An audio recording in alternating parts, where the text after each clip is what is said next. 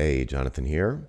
I've got a question from Misha K who asks, do I have to be the most expensive quote with a potential client?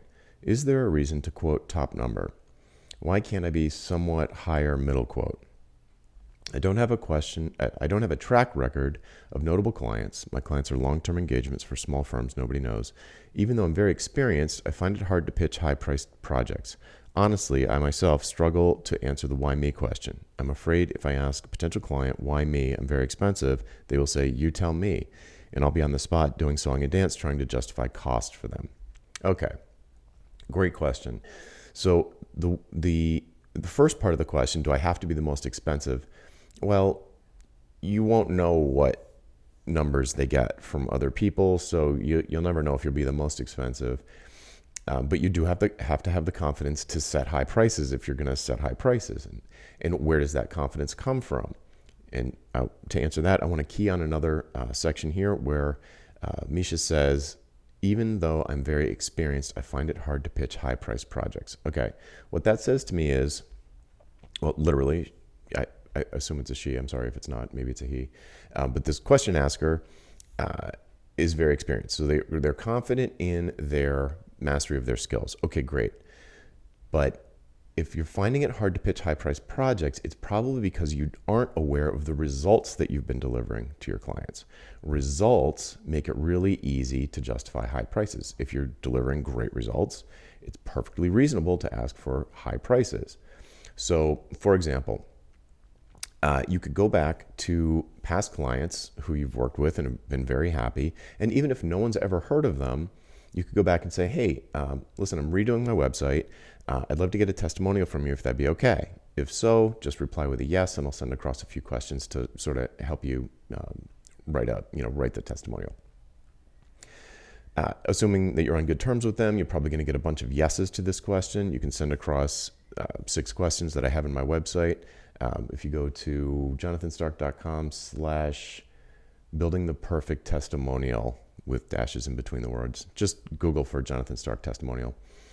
And it's these 6 questions that you can email to your past clients, and these sort of magical testimonials will pop out. And the way the questions are asked, it incentivizes or it encourages the past client to talk about the benefits that they received from working with you, more than like, Misha was great to work with, very professional, super creative, always on time.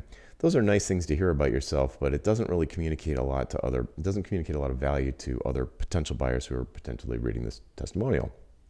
What you'd rather see is, Misha transformed our business, we doubled our sales, or before Misha built this interface for us, we were doing everything by hand, and it took us entire weekends to get payroll out, and now we can do it with a single click of a button. Our time to send invoices has gone from 5 hours to 5 minutes. So you want to get these sort of numbers, these business improvements, quantified with some sort of number, whether it's absolute, or relative percentages. Get those into your testimonials, and if you can. Once you see, you might not even know. A lot of people don't even know what value they've delivered to their clients. Like, what are the results that you've gotten from this work we did together? A lot of people don't know because they don't ask.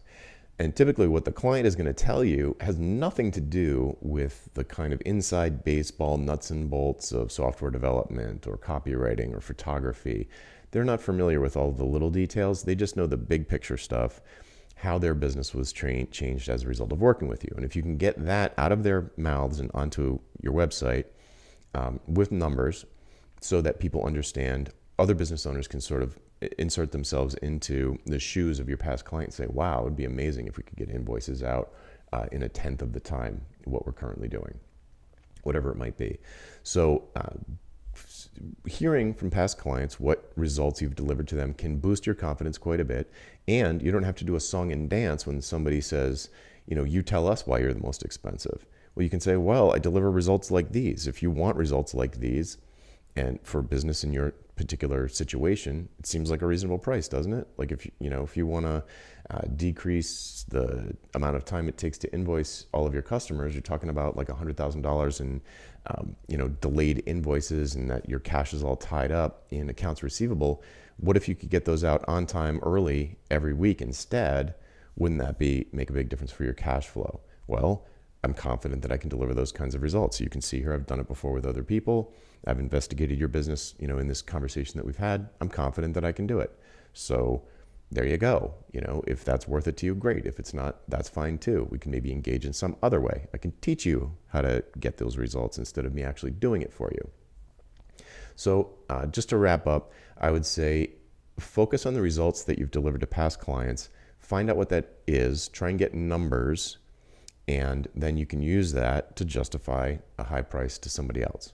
And when I say high price, I just mean a price that's reasonable based on the kinds of results that you're planning on delivering. So if you have, it's probably, I'm just saying high because it's probably higher than you would charge in an hourly basis to do the same kind of activities. Okay, hopefully that helps. I'm Jonathan Stark. If you have a question for me, just hashtag AskJonathan on Twitter, LinkedIn, or YouTube, and we will find it and add it to the queue. Bye.